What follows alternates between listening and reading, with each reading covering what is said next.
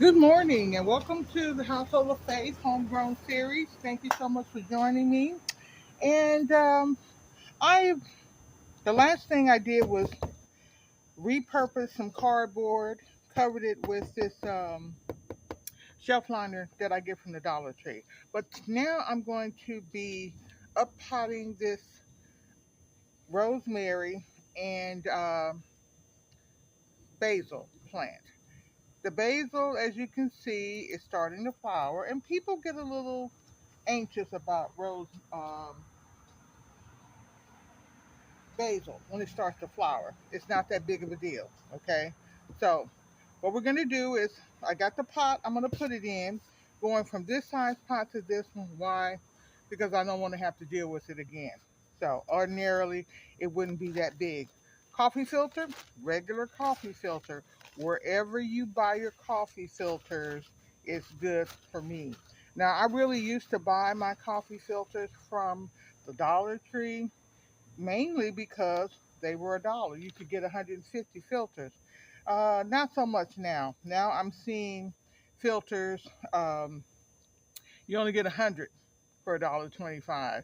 That's not a good bargain to me. So I went to Walmart because I think I got 200 for like $1.80 something, and that's fine. I drink coffee, so I have to have my filters. Now what I've got here is some dirt, and this is better soil. This is some regular soil with some organic matter mixed into it. The reason I'm not worrying that much is because the original pot has the good soil already. So we need to put some in the bottom here. And like I said, the first wave of soil should come up at least to the top of the filter line, if not cover it. Now, this, you should be able to see down in here what I'm doing. All right. This is some, honestly, these are little basil flowers that I cut off of the mother basil plant a while. I always like to put something in the bottom of the soil, okay, that's going to help it grow some organic matter. And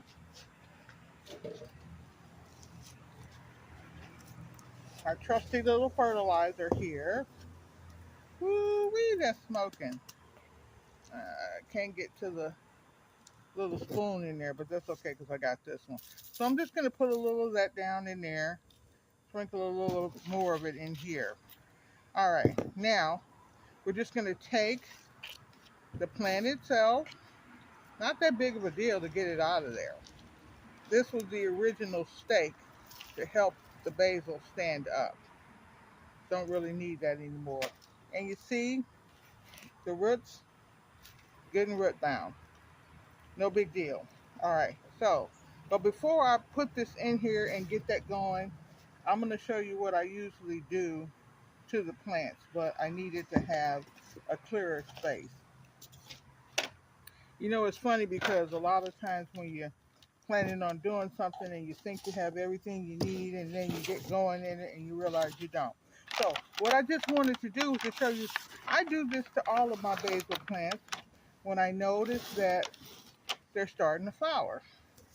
I just simply, see right here, I had cut this flower off before stalk, and it grew two more. Yep, it's going to do that. So I go down below it this time, cut it off.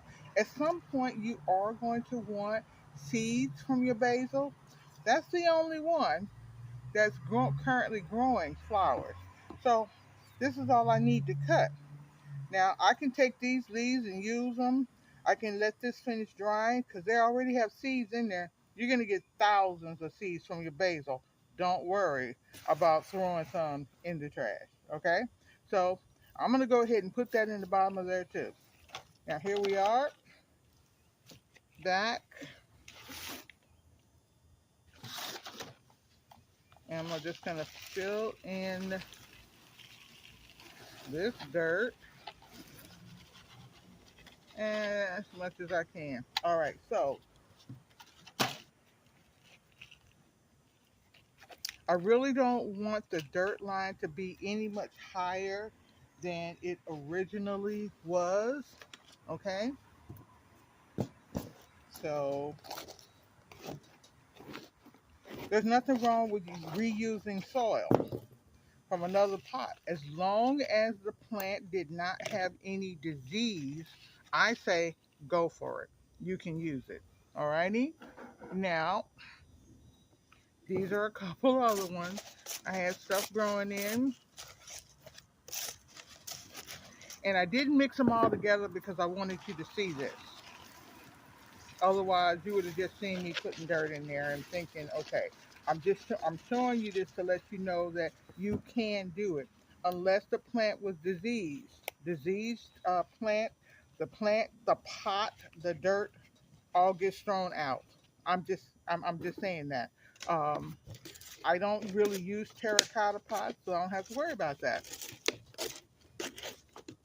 Terracotta pots in Texas are just not a great combination because it's too hot and the plants do dry out a lot faster because of it. Now, I know I said I didn't want it to be really the soil line to be any higher than the original. And so we're looking at here. See, here's the base of your rosemary, right? And by the time I water it and it gets watered down, it's going to sink in even more. All right, that is it. We have repotted this plant, and I'm going to do what I generally do.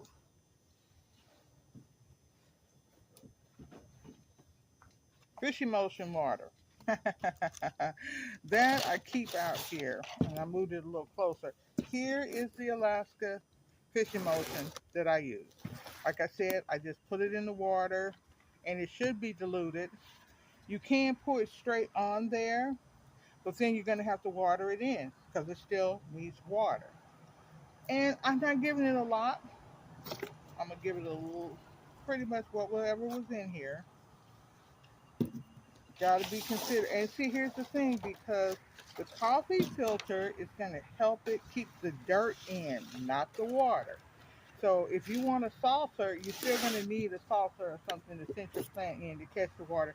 And you know what? I recommend that if you live in a hotter climate where it does get hot, I recommend that you go ahead and have a saucer, and on the really hot days, over water it so that there's a good inch of water in the bottom. I know. The plants don't like to have their feet wet. And you know what? That is true. But trust me, these plants are outside. They're going to need a lot more water than you can give them unless you're going to just be constantly watering. And watering twice a day when it's 100-degree temperatures is plenty. Trust me. But some of these plants are finicky. Basil does need more water than the rosemary. But rosemary doesn't mind having the soil being moist. It does not want to just be constantly wet. All right. And it can take the sun, but only if it gets the amount of water.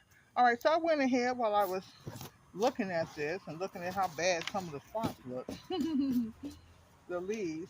All right. So I trimmed off a lot of the burnt spots and stuff like that. So I'm going to weave this back in here to kind of help keep it upright. And talking about stuff you didn't bring. All right. I didn't really bring anything over, but I have this. Some of you may have seen this before. It's just garden. It's just a cord. I don't need that much. I found the best thing you should do is cut a little bit more than you need. And I am merely going to tie this around the 3 branches of this basil plant with the little skewer in the middle. Those skewers I also get from the Dollar Tree, generally in the cooking section. They're for kebabs and stuff like that. All right, but I find that they work great as plant steaks. We are done. All right, so once again, as we close, let me just share with you. This is just a basic thing. It's nothing special. It's nothing spectacular. There's no gimmick to it. It's simple. It's practical. Gardening can be expensive if you let it. If you're following all these trends, they will have you spending all kinds of money on stuff that you'll find out is practically useless, or you could have done with something a lot easier. I use sticks. I got one down here. I have a big pecan tree overhead and another, oh my God, I don't even know the name of the tree in the back. This is just a stick. I could stick this in the ground, honestly. I could poke this in the dirt and stake it along with it. So you got stuff that you already have that you can use. You have stuff that's in your yard, stuff that's in your house. When you have a plastic coat hanger and it breaks, a clothing hanger, it breaks, okay. Use the part that's straight enough. You can use it as a stake. You can use pretty much anything as a stake. All right. I use these because I found that it's so much easier, the perfect size for so many startup plants. Once again, this is the household of faith. This is the homegrown series where we're talking about what you grow. I use a lot of basil. I use basil in things that people don't think about using basil in, honestly. I love rosemary. I use rosemary. I like to grow my own herbs. I'm going to be honest with you. There is something extremely satisfying about coming out here to my backyard and with a plate and a bowl or colander and clipping off what I want to put in whatever I'm cooking. That is just, I mean, I love it. I love it. I love it. I love it. Don't even want to try and pretend that I'm not pleased with the fact that I can do that.